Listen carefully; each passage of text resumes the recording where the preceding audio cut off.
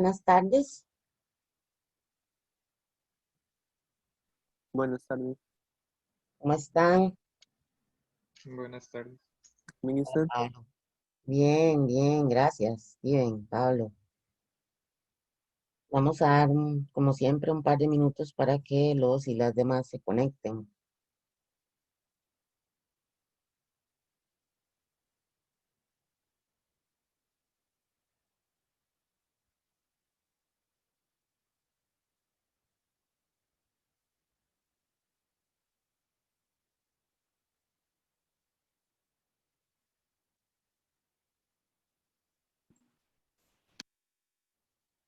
Bueno, mientras tanto, quería aprovechar para decirles que en la universidad nos envió una circular con respecto a el uso del video y el audio en las clases, por ejemplo, como esta, en que la asistencia es obligatoria.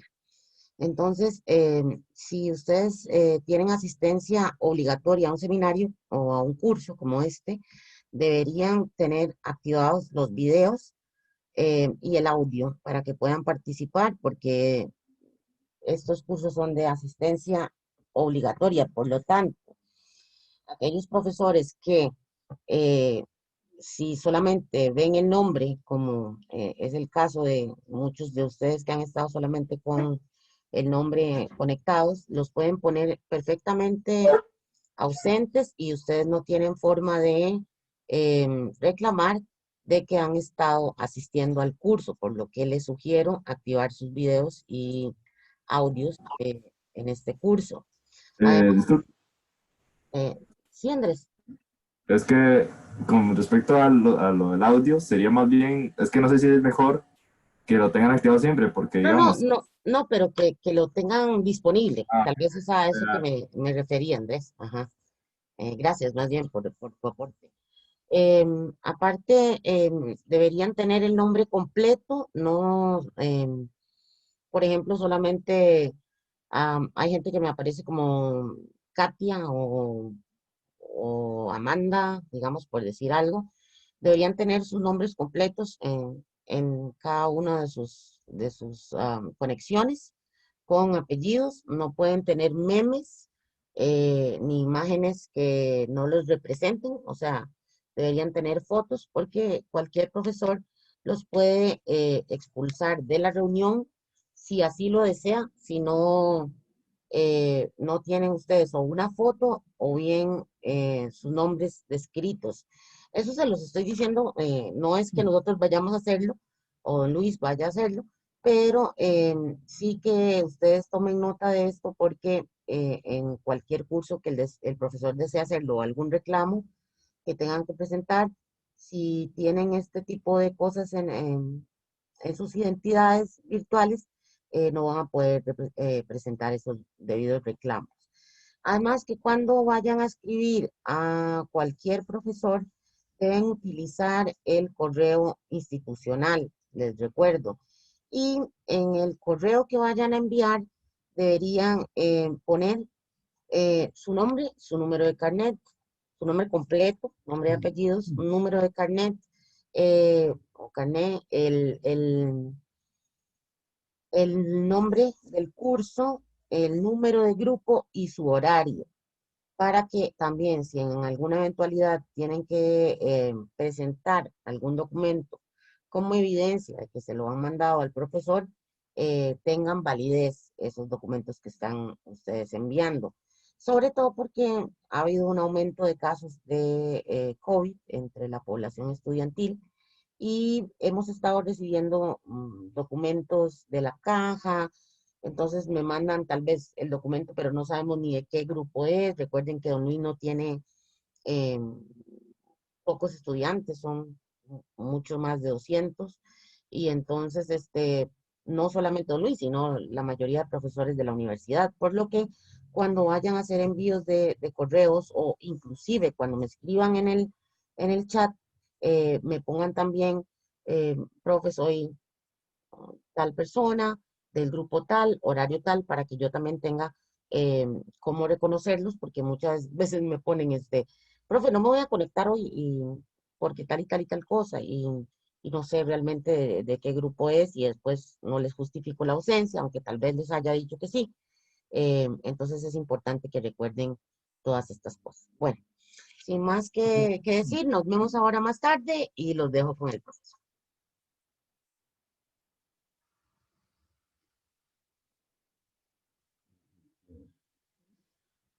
Buenas tardes, ¿cómo les va? ¿Me oyen bien? Buenas tardes, profe. Sí, se escucha bien. Bueno, vamos a continuar con el tema en que estamos. Tal vez recuerdan que hemos dicho que lo que vamos a estar haciendo en el curso, en el, en el horario, perdón, en el programa que yo escogí de filosofía y ciencia, un recorrido sobre todo a través de la idea, la evolución de la idea de gravedad y gravitación. Y por eso hemos estado estudiando en días anteriores las leyes del péndulo de Galileo, que lo condujeron a la gran ley definitiva de él, que es la que lo ha inmortalizado. Bueno, las leyes del péndulo también hubieran inmortalizado a Galileo y a cualquier otro genio, pero la ley más importante de Galileo es la ley de simultaneidad, de caída libre de los graves.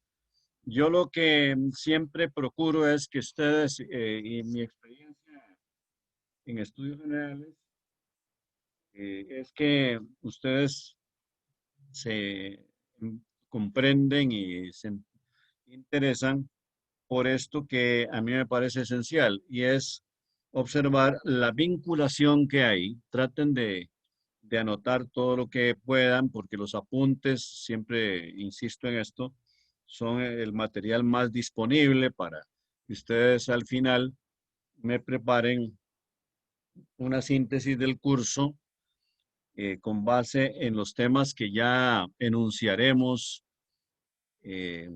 a principios de noviembre, para que ustedes sepan cuáles son los temas y nos pongamos de acuerdo en eso, porque si algún tema, aunque esté en el programa que nosotros propusimos, no lo hemos explicado bien, o ahí nos ponemos de acuerdo en sacar una pequeña lista sobre esos temas esenciales para que ustedes se basen en eso con sus apuntes y bueno, y puedan consultar lo que quieran. Hagan esa síntesis del trabajo domiciliario como base fundamental de la evaluación.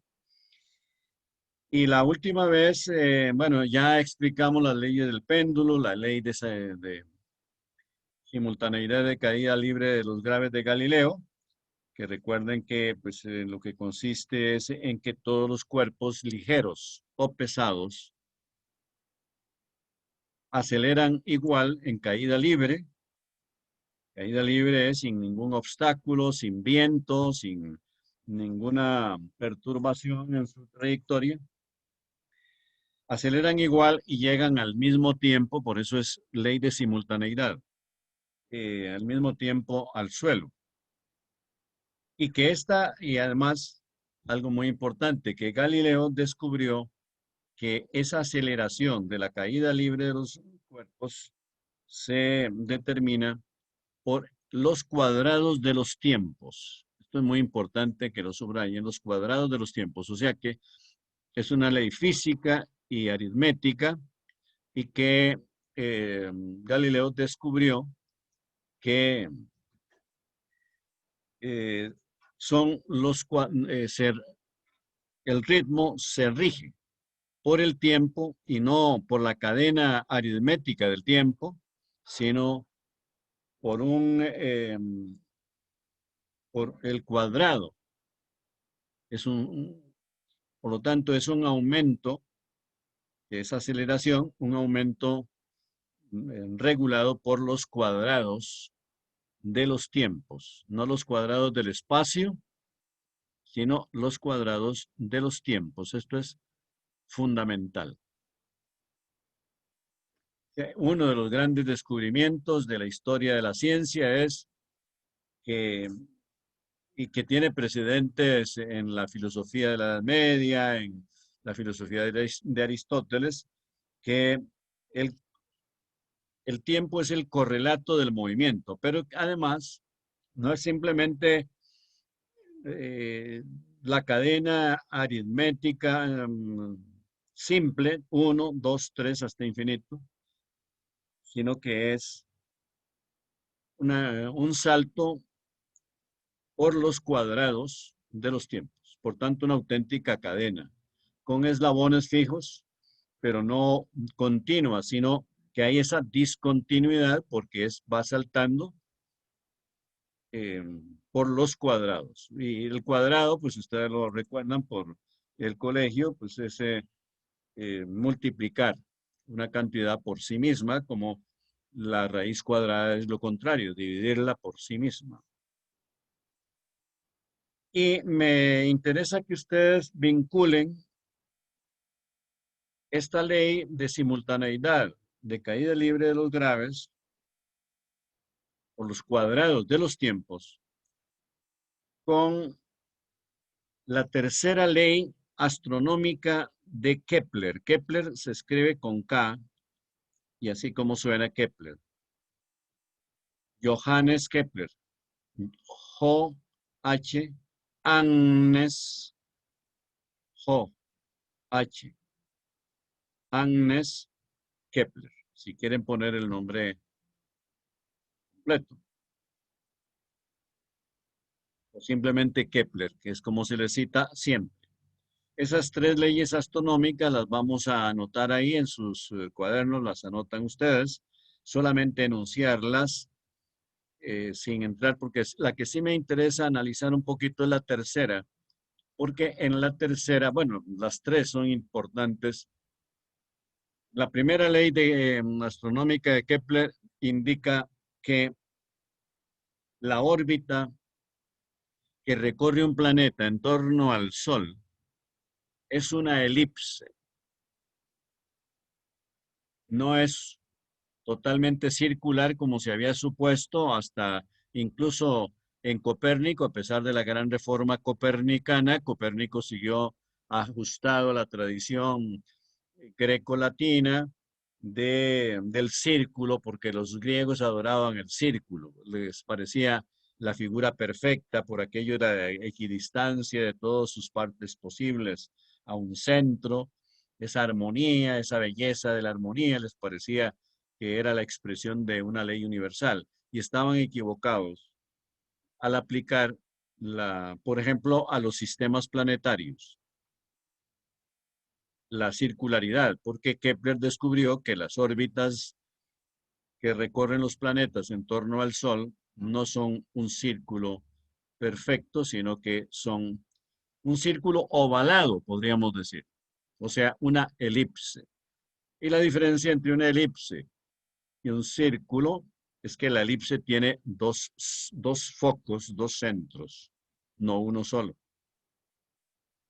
Y esto es importantísimo para la estructura, para determinar la estructura fundamental que se forma entre el Sol y cada uno de los planetas en torno a él. Hay una estructura dinámica que tiene que cumplir con esta ovalación, digamos así, con esta deformidad respecto a un círculo absoluto. Esa es la primera ley. La segunda ley de Kepler, sin detenerme mucho en ella, dice que el planeta en torno al Sol recorre tiempos iguales, espacios iguales, perdón, en tiempos iguales. O sea que es un movimiento uniformemente acelerado. O sea que siempre acelera al mismo ritmo. Me interesa que pongan mucha atención en esto porque realmente es interesante. Ya lo verán que así es. Para que... Profe, disculpe, sí. rápidamente, ¿podría repetir la segunda? Es que quedé en planeta en torno al Sol, ¿recorre? El planeta en torno al Sol es la segunda ley. En torno Ajá. al Sol recorre espacios iguales en tiempos iguales.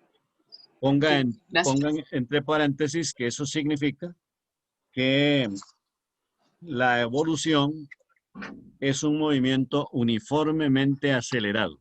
O sea, la aceleración no cambia de ritmo.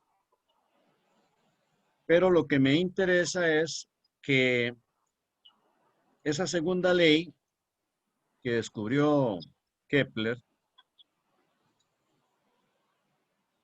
se distancia 21 años de la tercera. Y ahora les voy a explicar por qué para mí es interesante eso. Porque en esa segunda ley simplemente enuncia que el movimiento es uniformemente acelerado, pero no indica de qué manera acelera, cuál es el ritmo. Entienden que no enuncia cuál es el ritmo.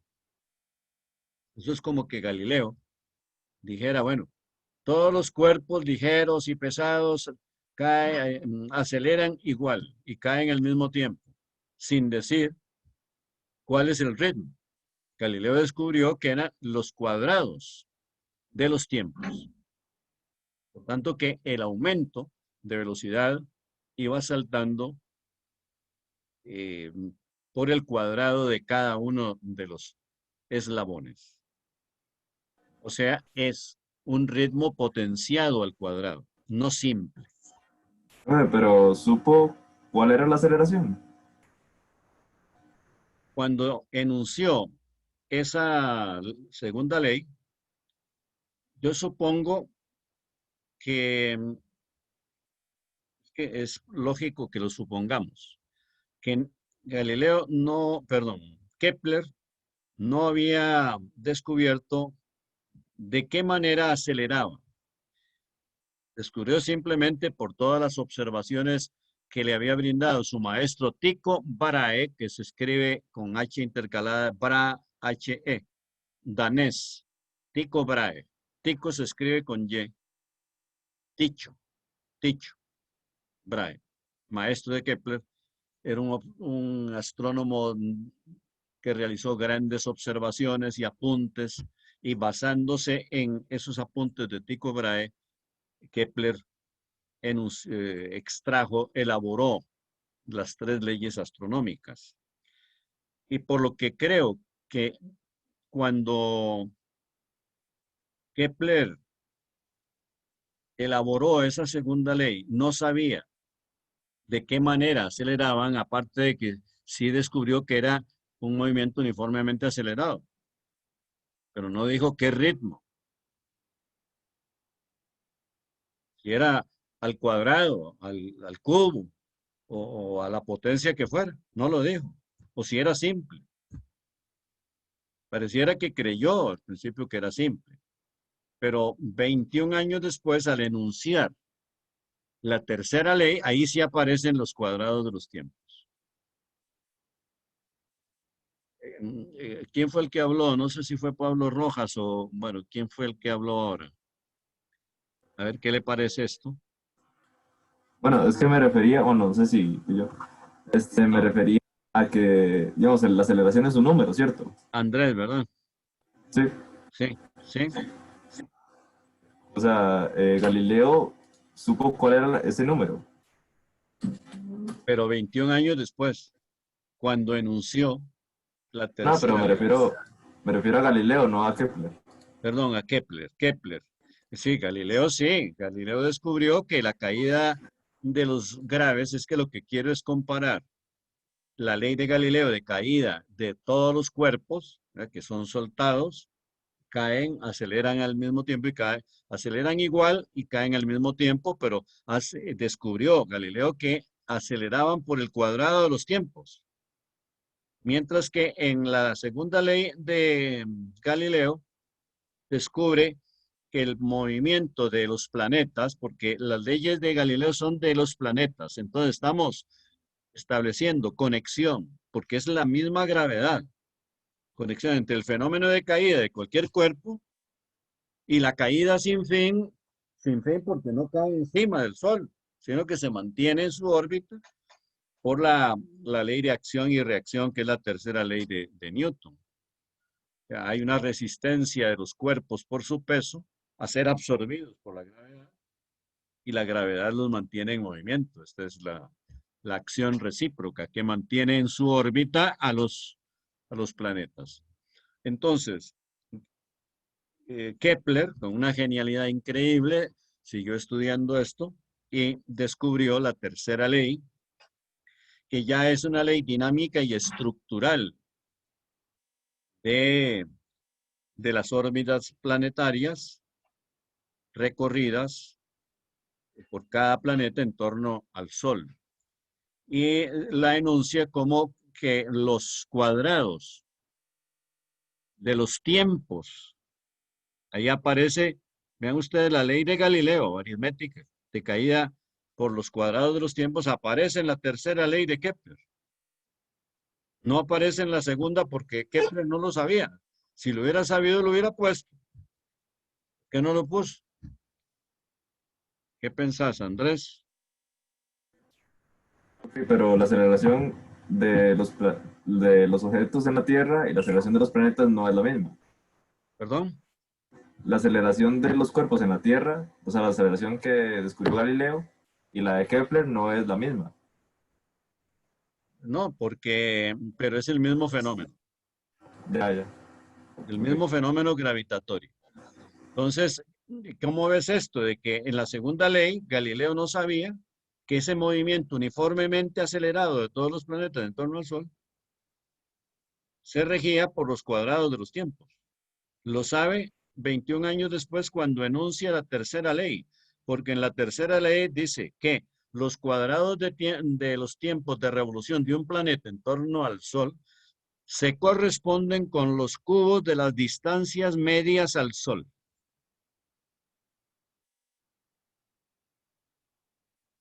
¿Qué quiere decir?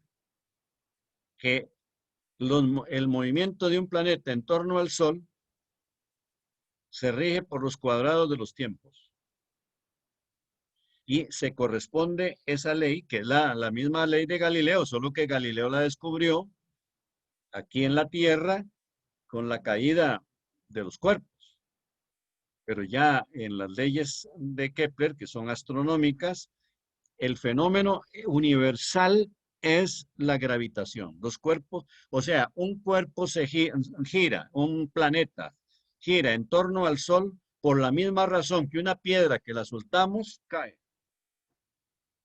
Solo que un planeta no cae.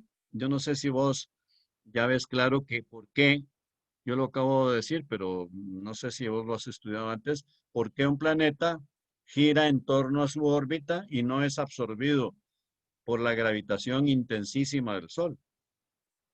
Sí, sí, me queda claro. O sea, no es absorbido, sino que se mantiene a la misma distancia recorriendo el mismo carril, la misma distancia por la inercia. La inercia es el peso, la masa que tiene el cuerpo y que tiene, de acuerdo a una ley que el primero que la enunció fue Newton, que es la ley de inercia. Todo cuerpo se resiste a ser cambiado de su posición de reposo o de movimiento uniformemente acelerado mientras una fuerza externa no lo obligue a cambiar. Y desde luego que la gravitación del Sol es intensísima y pone en movimiento a los planetas, pero no los absorbe totalmente porque ellos se defienden de ser absorbidos con su propio peso. Como Profe, si, disculpe, ajá, sí, ¿podría repetir la tercera ley? Es que solo quedé en, o sea, que sí, yo creo que es como una fórmula o algo así, pero es que la dije un sí, toque rápido. sí, bueno, ahí va. La tercera ley pone en correspondencia los cuadrados de los tiempos de revolución de un planeta en torno al Sol, los cuadrados, se corresponden con los cubos. Es una ley aritmética. Con los cubos de las distancias medias al Sol. ¿Por qué los cubos? Porque es una elipse. Esto está en correspondencia con la primera ley que estableció que las órbitas recorridas por un planeta en torno al Sol no son círculos, sino elipses. Y una elipse es, digámoslo así, un círculo mal hecho, ovalado, que no tiene una equidistancia de todas sus partes, un único centro, sino que tiene dos centros. No sé si ya captaste la ley. Sí, pero profe, usted dijo que es solo al Sol. ¿No se puede con cualquier estrella? Bueno, cualquier estrella se supone que tiene satélites y tiene planetas. Toda estrella, hay que suponer en el universo que hay millones de estrellas, que todas ellas son un centro gravitacional que tiene en torno planetas o diferentes cuerpos celestes. Es un sistema y que el centro gravitacional es esa estrella, que tiene luz propia y tiene gravedad intensa y mantiene atraídos a cierta distancia en una determinada órbita a todos los planetas que giren como satélites, como nuestro sistema planetario y como la Luna en torno a la Tierra. La Luna se mantiene en torno a la Tierra por la gravitación intensa que la Tierra ejerce sobre ella, porque la Luna es menos de la mitad del volumen y del peso de la Tierra, mucho menos de la mitad, y el cuerpo más grande es el que atrae en mayor fuerza al pequeño, pero el pequeño también atrae modestamente, digamos así, atrae al cuerpo grande. Esa es la ley de gravitación universal de Newton, que ya la veremos un poco más concretamente. Por lo que yo no sé, seguro ustedes no se han puesto a pensar qué ocurriría si un arcángel, digámoslo así, muy ingenuamente, como curas de la Edad Media, si un arcángel empujara a la luna 100.000 kilómetros, porque está a una distancia de 370 kilómetros, 370.000 kilómetros de distancia respecto a la Tierra, la empujara 100.000 kilómetros, ¿qué ocurriría? Pues sencillamente que ya no existiría ese equilibrio que la mantiene en la misma órbita, sino que posiblemente con un acercamiento de 100.000 kilómetros sería la gravitación que ejerce la Tierra sobre la Luna sería suficiente para absorberlo. Nos caería encima por culpa de ese arcángel insensato.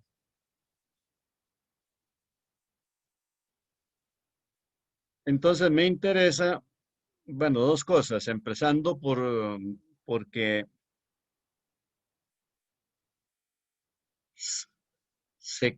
para mí es muy evidente que la ley de los cuadrados de los tiempos de caída de todos los cuerpos, porque hay una analogía entre la gravedad de los cuerpos que caen, y lo sabemos desde la infancia, que todos los cuerpos caen si los soltamos, y la caída sin fin de los planetas en torno al Sol. No son dos fenómenos diferentes, pero paro un momento a ver cómo lo ven ustedes, porque son el mismo fenómeno gravitatorio, solo que cada uno de ellos en su circunstancia. O sea que un cuerpo cae si lo soltamos por la misma razón gravitacional que un cuerpo gira en torno al Sol y no cae absorbido en el Sol porque su corporeidad, su peso, su masa, se resiste a ser absorbido en la proporción correspondiente. Sí, Diego Acosta.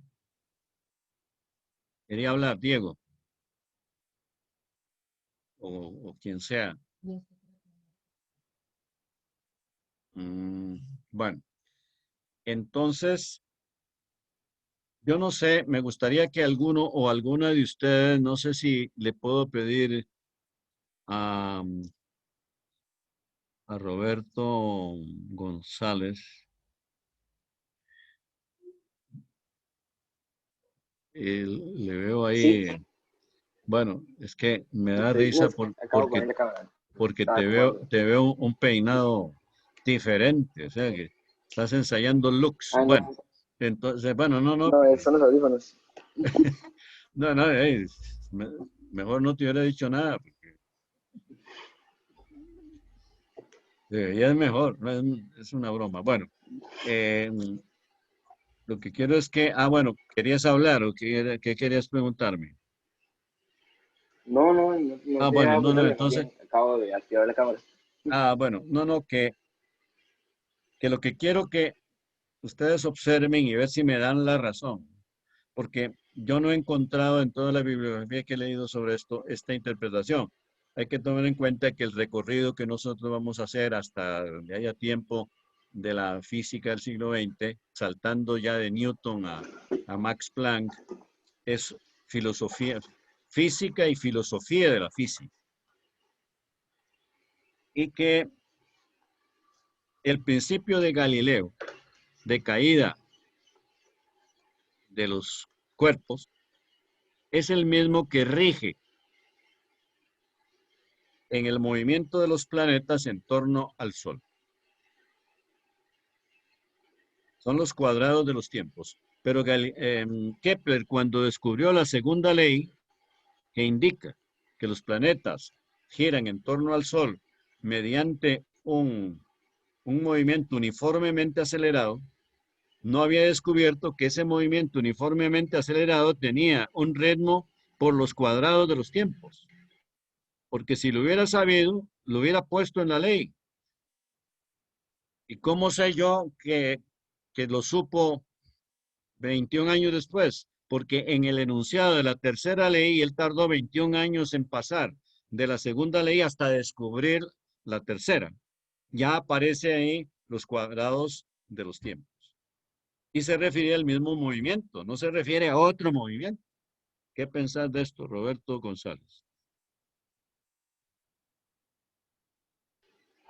Qué increíble, la verdad, que, digamos, se logre como ver la relación entre cuestiones súper pequeñas y casos tan, bueno, cuerpos tan enormes y que los mismos principios sigan aplicando. O sea, me parece que o sea, lo que... uno queda como maravillado, pues. En cuanto a que los movimientos de caída de los cuerpos aquí en la Tierra sea el mismo fenómeno de caída de los planetas en torno al Sol, que es una caída interrumpida, sin fin, porque no caen del todo. Es como un péndulo que tampoco cae, porque está sostenido por una cuerda. Ya hemos hablado en días anteriores de las leyes del péndulo de Kepler. La curvatura es el arco de las pendulaciones de un cuerpo, una piedra, lo que sea, sostenido, colgado de una cuerda, y la cuerda está impidiendo que la piedra caiga totalmente. Entonces, lo que hace es describir un arco. Y los planetas describen en torno al Sol un arco completo y no caen. No sé si ven claro que los planetas no caen absorbidos por la gravitación del Sol, porque se lo impide la resistencia corporal que todo cuerpo tiene a ser cambiado del estado en que se encuentra. Y esto que estoy diciendo es la primera ley de Newton, de la mecánica de Newton, que es lo que él enunció como principio de inercia. O sea, a la pregunta, que les puede hacer cualquiera, de por qué los planetas no caen absorbidos por el Sol, se contesta directamente por el principio de inercia. ¿Y qué es el principio de inercia? Una fuerza interna que tienen todos los cuerpos en virtud de o en proporción a la cantidad de materia.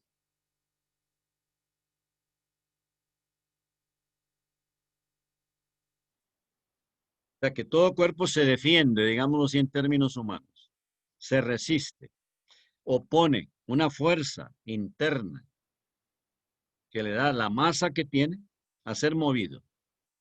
como un armario que lo empujamos, si nuestra fuerza es menor que el peso del armario, no lo movemos.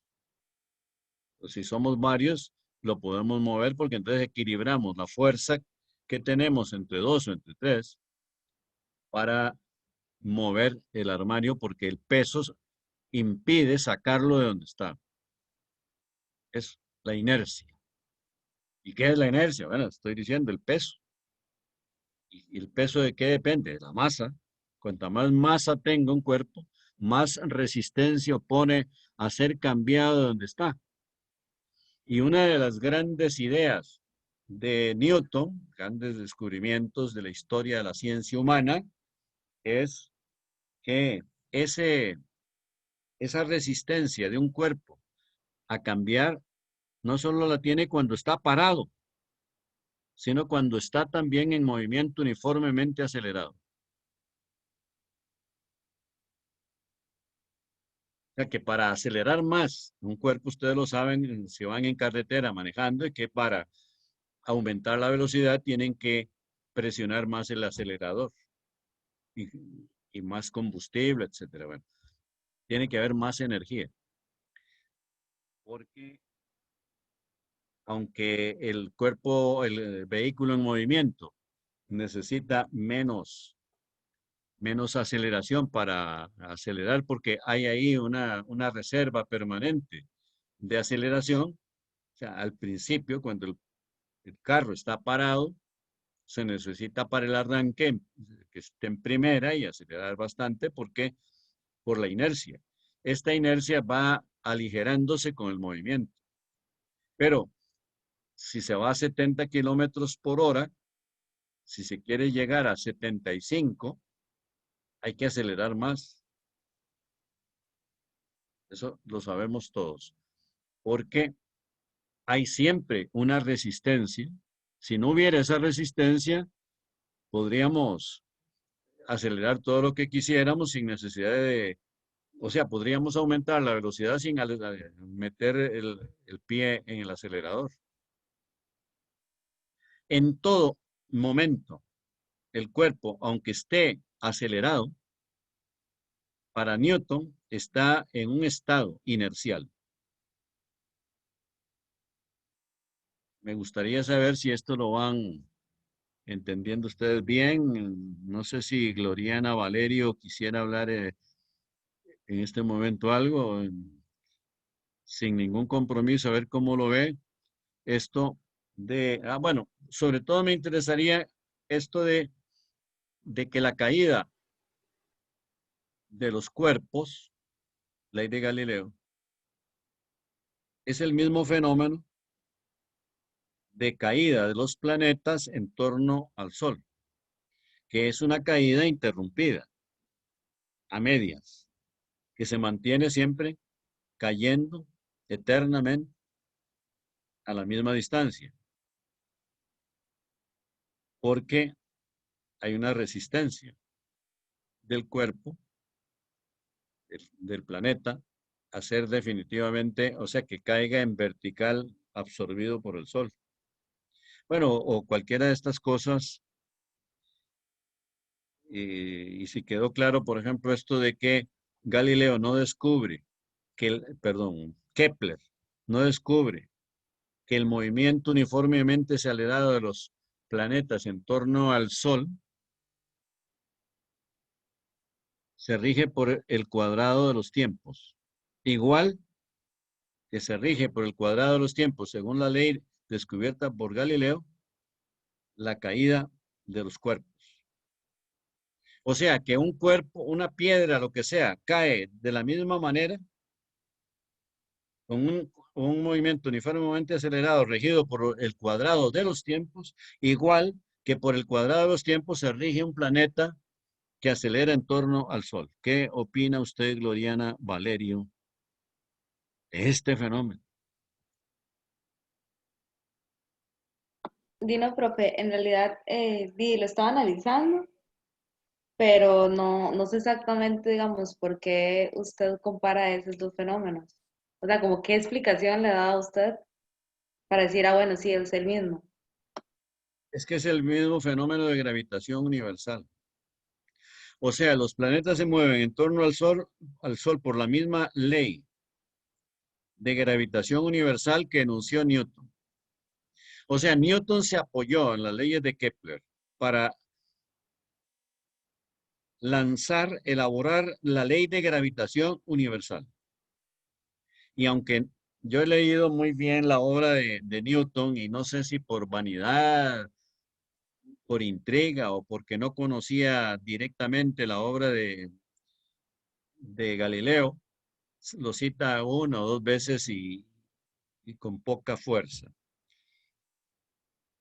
Pero lo que creo es que la ley aritmética de los cuadrados de los tiempos de caída, de los cuerpos en la Tierra, de los planetas en torno al Sol, y la ley de gravitación universal por el enunciado que le da Newton, es la misma ley de Galileo de los cuadrados de los tiempos, porque el enunciado, anoten ahí uno de los enunciados de la ley de gravitación universal de Newton. Todos los cuerpos se atraen entre sí en proporción directa a su masa y en proporción inversa al cuadrado de la distancia. Y vean ustedes, ese cuadrado de la distancia, ¿de dónde lo sacó Newton? Ese cuadrado de la distancia es el cuadrado de los tiempos.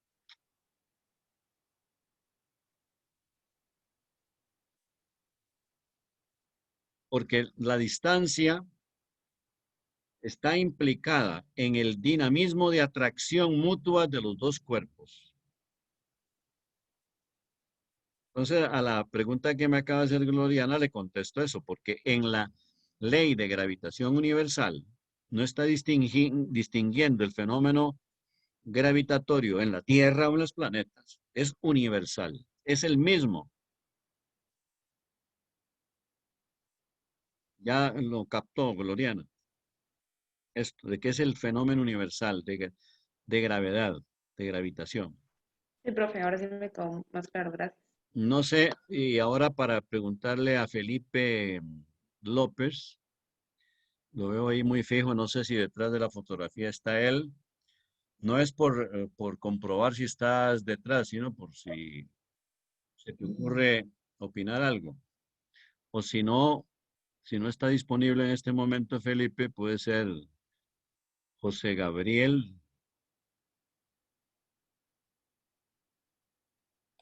Hola, hola.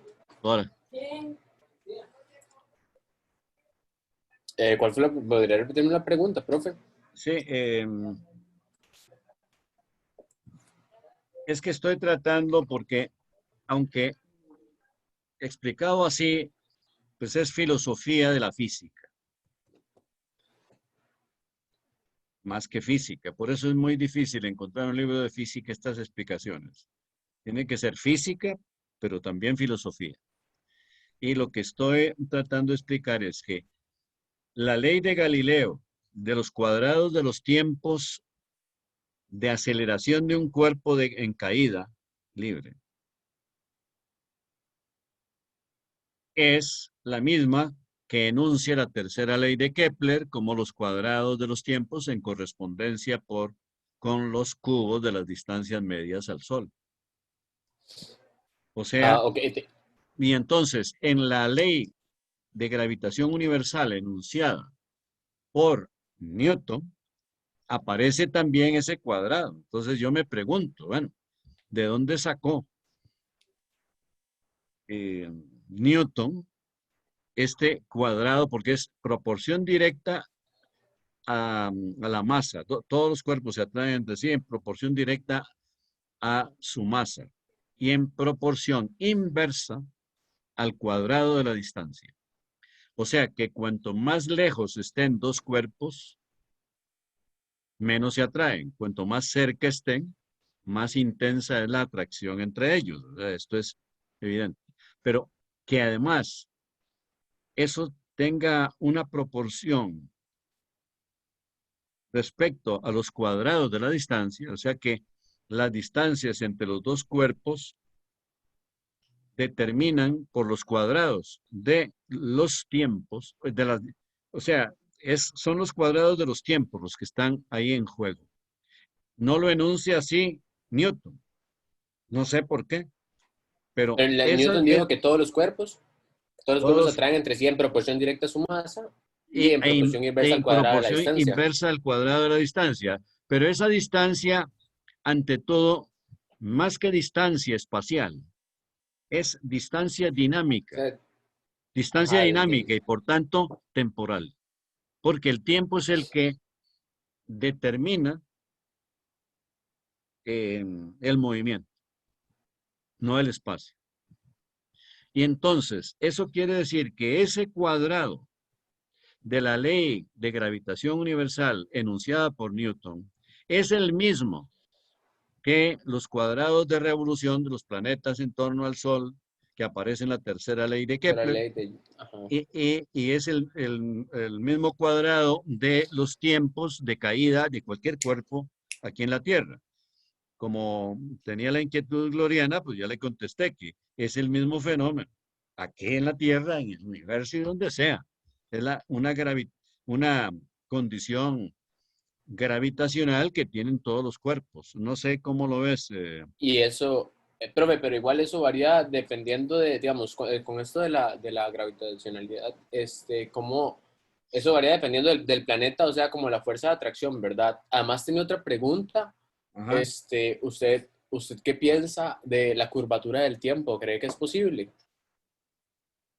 Bueno, eso ya tiene que ver, yo espero llegar al final del curso, vamos a ir poco a poco y ya verán ustedes que este tema de la gravedad y gravitación, que hay diferencia entre gravedad y gravitación, es como el hilo que nos va a conducir después de que pues enunciemos bien las leyes de Newton, saltamos 3 siglos al siglo XX con la teoría de la relatividad. Lo que tenés en mente en este momento es la teoría de la relatividad, teoría especial de la relatividad porque hay 2 niveles de esa teoría que pone en relación el espacio con el tiempo y la curvatura del tiempo a que se refiere José Gabriel Palacios en este momento. Vamos a ver qué hable él, a ver qué idea tiene, pero desde luego no se puede entender de otra manera que relacionado con la teoría de la relatividad de Einstein.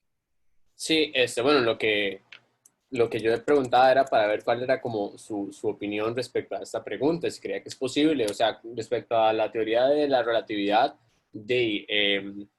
tenemos también la parte de los agujeros de gusano, ¿verdad? Y con ellos es posible no solo la curvatura del tiempo, sino también el espacio. Entonces... Sí, porque ese es uno de los... Ajá. No, lo escucho. Sí, sí, porque ese es uno de los grandes descubrimientos de Einstein, de que no existe una ley del espacio y otra del tiempo, como tampoco otro gran descubrimiento de Einstein, una ley de la energía y una ley de la materia, porque la materia supone un depósito de energía que se puede liberar. Y a su vez la energía en ciertas circunstancias se convierte en materia. O sea, es la misma materia con 2 formas de aparecer en la realidad, según circunstancias. Y en cuanto a la curvatura del tiempo, por lo fundamental es que veamos el fenómeno temporal como espacial a la vez y el fenómeno o los fenómenos espaciales como temporales. Que hay una implicación, porque entonces el tiempo, que desde Aristóteles, siglo IV antes de Cristo, se considera como la medida del movimiento, o nosotros valoramos el movimiento a través de la idea que tenemos del tiempo. Incluso los niños Pueden decir, llegamos muy rápido porque veníamos sopladísimos. Ahí están relacionando la velocidad mayor con el tiempo. O sea que llegaron pronto. ¿Qué quiere decir eso? Que ya el niño, una idea un poco vaga porque la idea del tiempo no es tan fácil de que un niño la tenga muy clara, pero sí ya bailotea en su mente la idea temporal de que llegaron a esa casa de la montaña muy rápido porque iban soplados. Y volviendo al tema de la gravedad, profe, ¿usted piensa que la gravedad es un efecto de la curvatura del espacio-tiempo o una fuerza por intercambio de gravitones? Es lo mismo, porque son dos cosas que se refieren a lo mismo. La curvatura del espacio, eso es ya la ley de la teoría de la gravitación, de la relatividad, general de Einstein. General es la generalización de las leyes que descubrió él en la teoría especial sobre el espacio y el tiempo, sobre la masa y la energía. Y el espacio en las cercanías de un centro de energía muy intenso, las cercanías del Sol. Por ejemplo, la órbita de Mercurio es llena de curvaturas. No es un camino liso, directo, sino lleno de, por decirlo así, de grietas, de curvaturas, de corrugado. Es un espacio corrugado. La gravitación intensa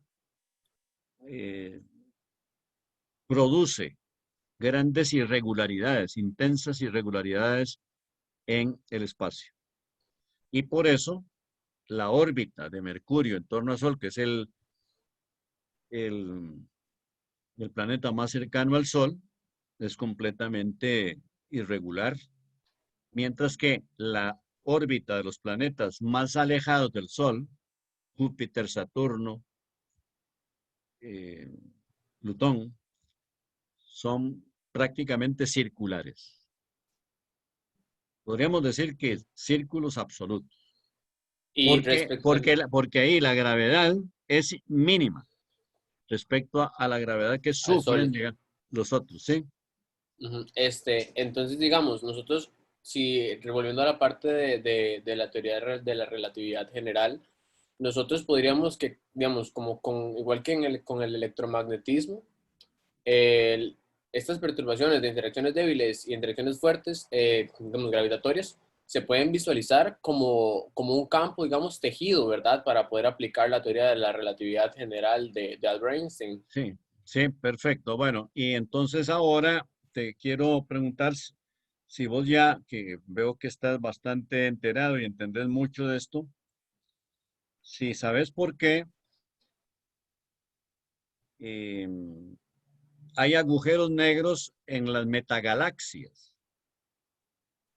No, la verdad.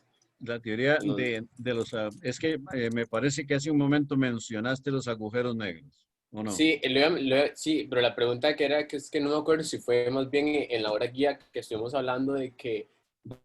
sí, creo que fue en la hora guía que se habló que habían partículas, que se han descubierto un montón de partículas subatómicas. Ah, bueno, ¿Se sí. acuerda? Sí, pero entonces sí.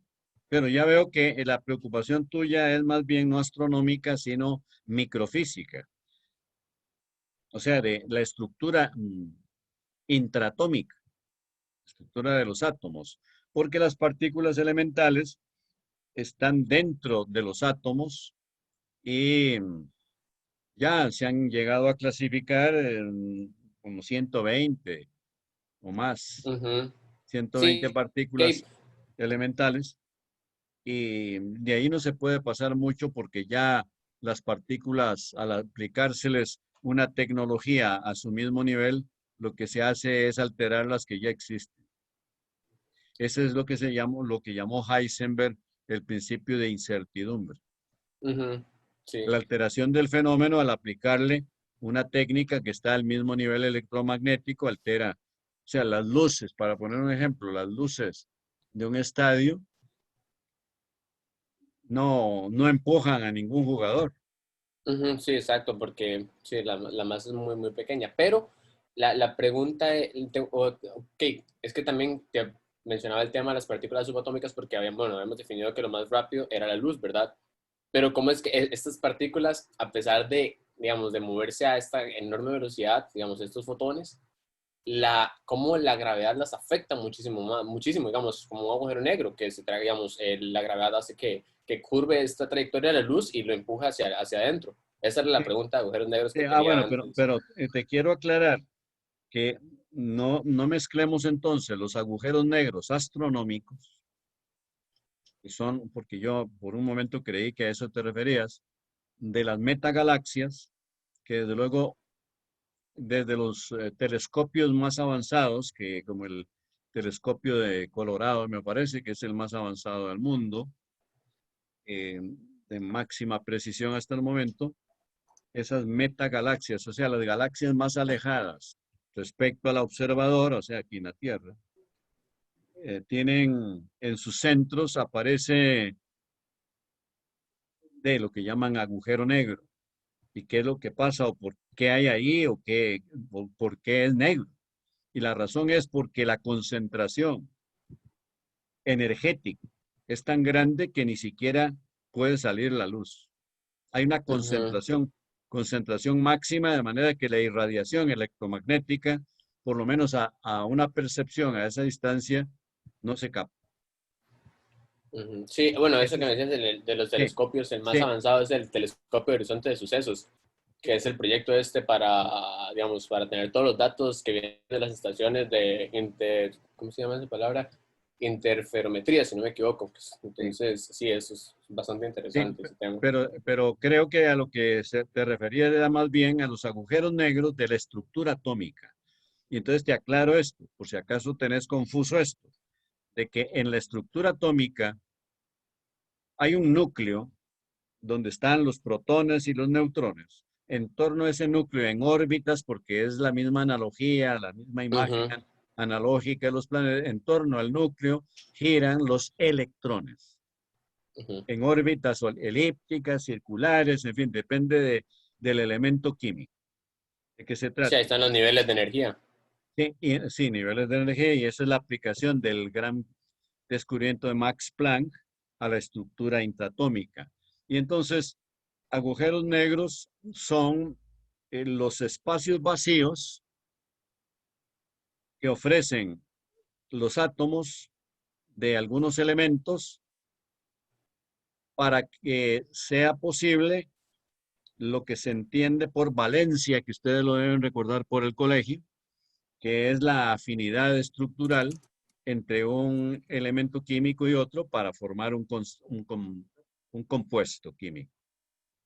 Quedan enlazados electrónicamente, o sea, que un electrón que tenga un elemento disponible se une, o sea, se mete en el casillero, en el espacio vacío del otro y quedan enlazados electromagnéticamente, estructural y funcionalmente.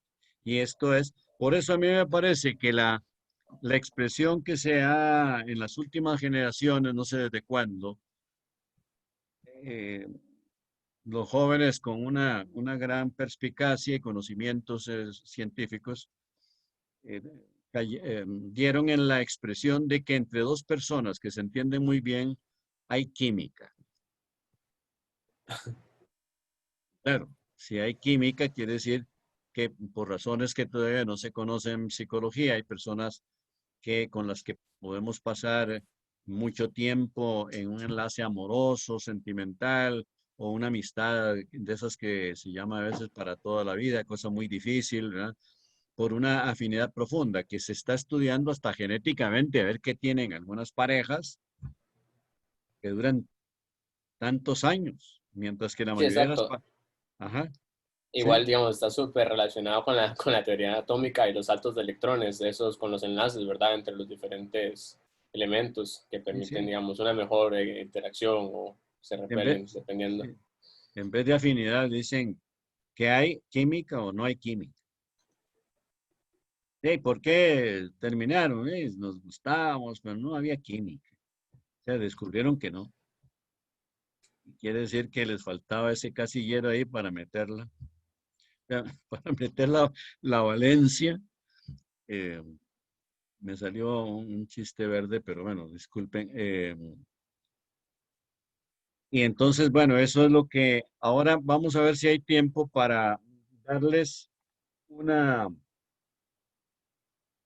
definiciones de Newton. Ya ahora estamos, porque lo que quise aclarar y me interesaba mucho era que vieran el enlace entre la ley de aritmética de la caída libre de los graves de todos los cuerpos en Galileo, de los cuadrados de los tiempos, la relación que tienen con las leyes de la segunda y la tercera ley de Kepler, solo que Kepler no lo supo en la segunda, lo supo en la tercera y nunca corrigió el enunciado de la segunda.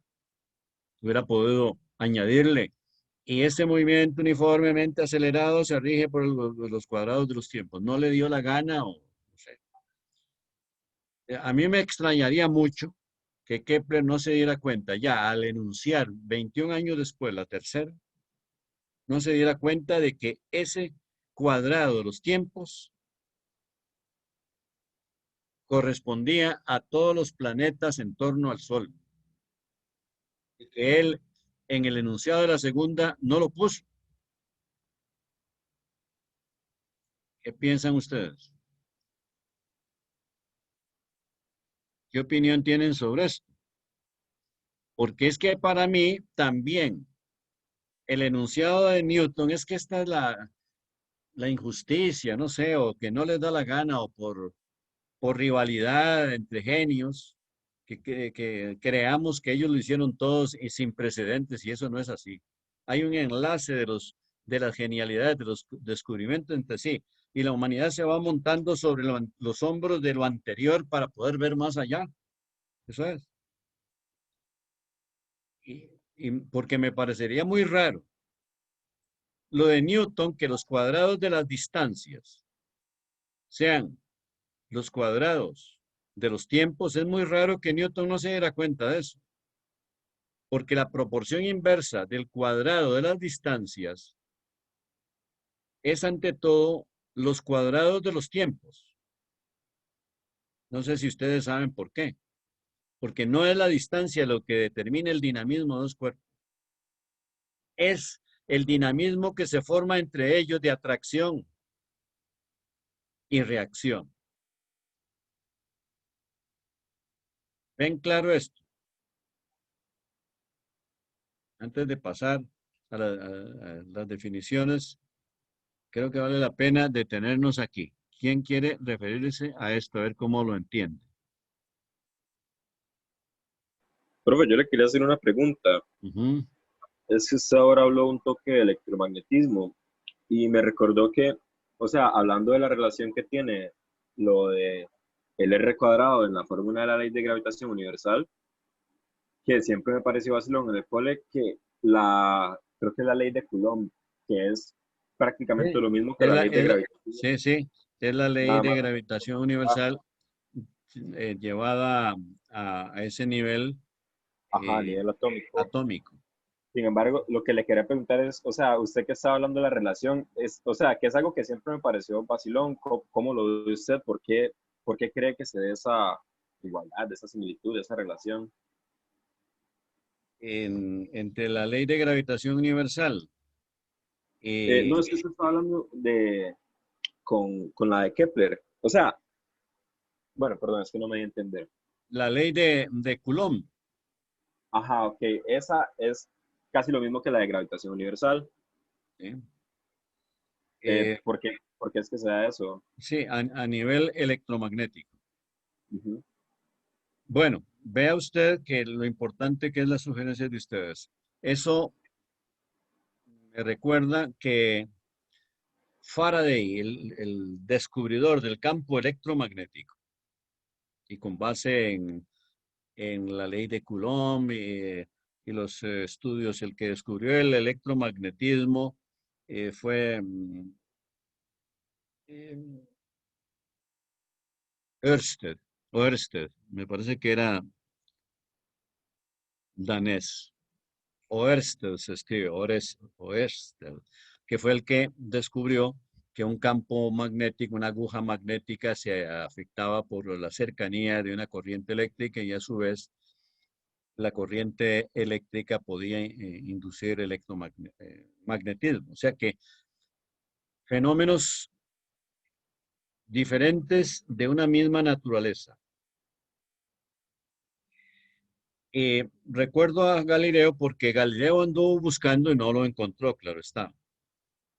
Tampoco lo encontró propiamente Einstein, que anduvo buscando la conexión entre electromagnetismo y gravitación.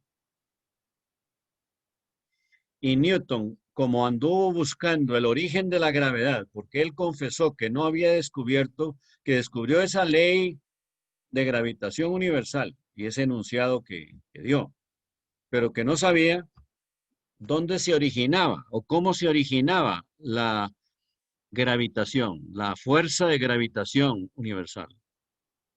Y entonces anduvo buscándola en lo que se entendía en esa época muy vagamente, muy confusamente por éter. Einstein, bueno, más profundamente porque son 300 años después, también anduvo buscando el origen de la gravedad en afinidad, como lo buscó Faraday, porque Faraday intuía que el electromagnetismo implicaba la ley de gravedad. Pero el problema, por ejemplo, de Newton es que no hubiera podido descubrir nunca el origen de la gravedad, porque hay dos leyes en la mecánica de Newton que las pueden anotar ahí. Ya para terminar, porque no quiero quitarles más tiempo y la asistenta nuestra quiere pasar lista para ver quién ha tenido problemas y todo esto. Bueno, entonces, pero por ahora les digo esto y anoten ahí dos leyes de la mecánica de Newton, porque el próximo día tenemos que completar esto. Lo de Newton es esencial para que podamos entender, y ustedes ya con las intervenciones me he dado cuenta de que ya se van dando cuenta de que todo esto es esencial para poder entender por las observaciones de José Gabriel sobre la teoría de la relatividad de Einstein. Es esencial todo esto, entonces tenemos que terminarlo. Hoy ya no se pudo, pero hay dos leyes de la mecánica de Newton que le impidieron a Newton investigar el origen de la gravedad donde debía ser, que era dentro de los cuerpos. Porque dentro de los cuerpos estaba la ley de inercia, que se opone al movimiento. Y él entendió la ley de gravitación universal, la ley de fuerza universal, como externa a los cuerpos, lo que él llamó lex impresa. Impresa se escribe en latín con doble S. O sea que es la acción de una fuerza externa sobre un cuerpo. Entonces la gravitación universal es la fuerza que actúa desde fuera hacia adentro de los cuerpos. Y dentro de los cuerpos está la inercia que se opone a ser movidos de donde están. El principio de inercia, la primera ley de Newton.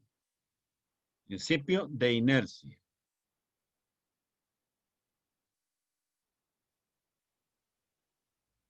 Y desde luego que hay un origen intrínseco de la gravedad. La gravedad tiene origen interno a los cuerpos y Newton no podía darse cuenta de eso porque se le oponía su propia ley de inercia. Como la gravitación universal, que es una ley ambiental externa que influye en los cuerpos, va a estar adentro. Si adentro más bien hay la oposición a ella. No sé si están captando todo esto, pero ya insistiremos en esto para ver si cuando terminemos rápidamente el próximo día a Newton nos lanzamos al siglo XX. Pero para un momento para ver si, por ejemplo, Santiago Argüello, si en este momento le puedo pedir opinión sobre esto que estamos viendo, si va quedando claro, si ustedes ven la importancia que esto tiene. Santiago Arguedas. Santiago, sí, perdón, Santiago Arguedas. O sea, lo que entendí es que la segunda ley de Newton es una contradicción de la primera, porque que dice que hay un origen intrínseco de la gravedad, o sea, que viene desde dentro. Ah, sí, sí, es que Newton lanzó dos leyes. Ujú. La ley que actúa de dentro hacia afuera y se opone a que el cuerpo sea cambiado de donde está, Ujú. es la ley de inercia. Él le llama en latín lex incita. O sea, incita es que está dentro, en el sitio interno de los cuerpos. Y la otra lex impresa, entre las que está, bueno, los golpes, los empujones, los impulsos, todas esas son leyes externas. Y la ley universal impresa es la ley de gravedad. Por tanto, como él la entendía fuera de los cuerpos, no podía buscarla en su origen, que era la gravedad interna, intrínseca de los cuerpos. O sea, las fuerzas externas a los cuerpos son irradiaciones de los cuerpos y forman el ambiente externo que influye sobre ellos.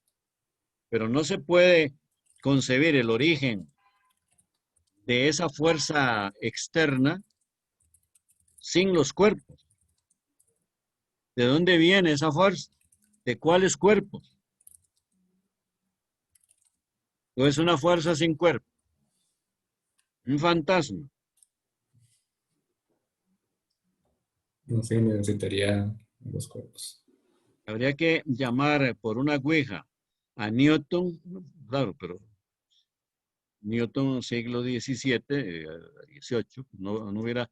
Por eso, Newton confesó en la segunda edición de sus Principios de Matemática y Filosofía Natural, la obra principal de él, de 1713, confesó que no había podido descubrir el origen de la gravedad desde los fenómenos.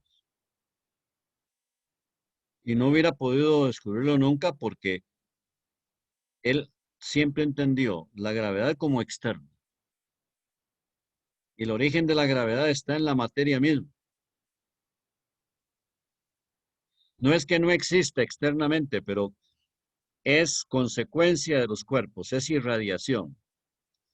Por eso Einstein también anduvo buscando lo mismo y Einstein recurrió al concepto de campo gravitacional.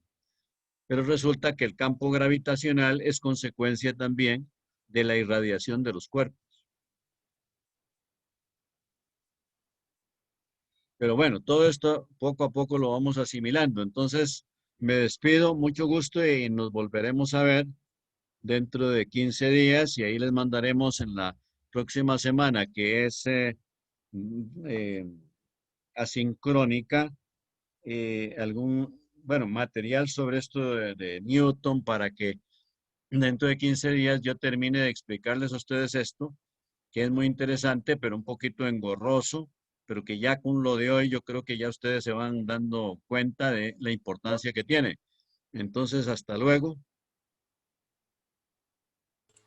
Hasta luego, profe. Luego. Chao, profe, Hasta luego, gracias. Hasta profe. luego, profe. Gracias. Bueno, Un entonces, placer. Día de Chao, hoy. profe, muchas igual, gracias. bueno, espérense un toque para ver si nuestra asistente revisa ahí algo en las listas, a ver si hay algún problemita para resolverles el...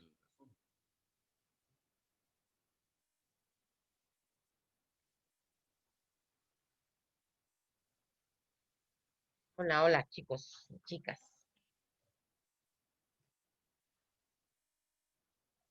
A ver si lo sé. Steven Ulate. Presente. Gracias, Steven. Edelweiss Navarro, siempre me equivoco, qué pena. Edelweiss. Tranquila, presente. Miguel Aranguren, Presente. Daniel Mora. Daniel fue que me avisó que se desconectó. O está por ahí. Daniel.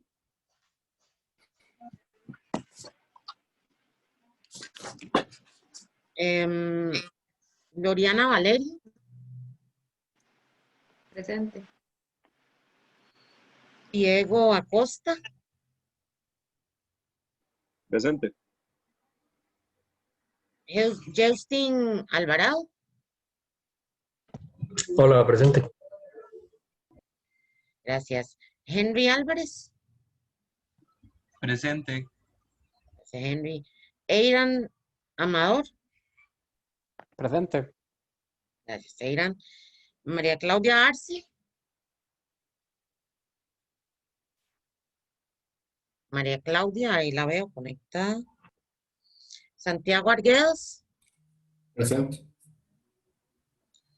Paola Rieta. Presente. Jorge Andrés Blanco. Presente. Carolina Campos. Presente. Gracias, Caro. Andrei Campos. Presente. Gracias, Andrei. Margina Centeno.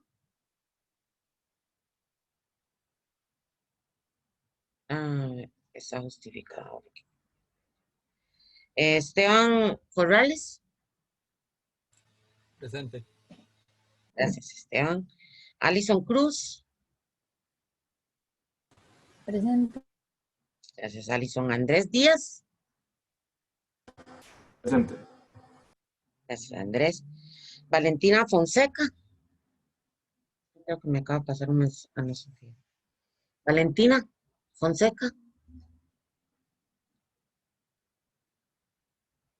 Sofía, no, perdón, Amanda García. Presente. Cristel García. Presente. Gracias. Roberto González.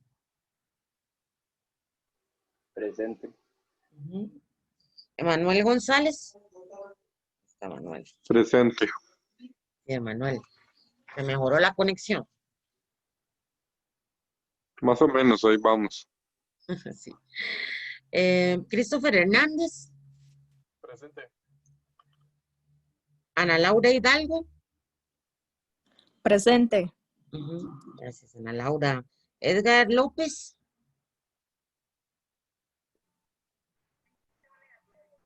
Presente. Stephanie Marenco. Presente. Gracias, Stephanie. William Marín. Presente. Tania Monge. Presente. Gracias, Tania. José Gabriel Palacios. Hola, presente. Gracias, José Gabriel. Santiago Pombo. Presente. Grace Quesada. Presente. Gracias, Grace. Roberto Quiroz. Presente. José Pablo Rojas. Presente. Kevin Rojas. Presente. José Romero. José Alberto Romero. Sí, vamos a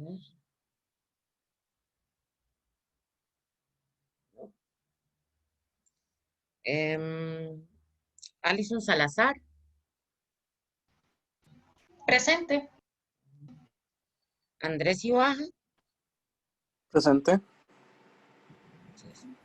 Ilana Siles. Milana. Aquí Ya te vi. presente. Sofía Solano.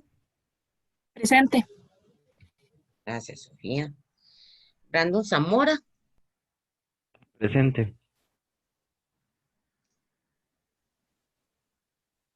Win Shen. Presente. Bien. Luis Ángel Zumbado. Presente. Y Sofía Zúñiga. Presente. Ok, perfecto. Bueno, muchísimas gracias a todos por su asistencia a la clase. Nos vemos dentro de 15 días. Probablemente lo que les quede es un texto. Vamos a buscarles un texto sobre Newton nuevamente para que el profesor pueda concluir. Y yo se los estaré ahí subiendo en mediación y también por WhatsApp. Muchísimas gracias. Con Hasta mucho luego. gusto, José Gabriel. Que estén muy bien. Tengan una excelente semana. Hasta la próxima. Hasta la próxima. Chao. Hasta luego, gracias. Con gusto, Estefan. Hasta luego, muchas gracias. Chao, Felipe.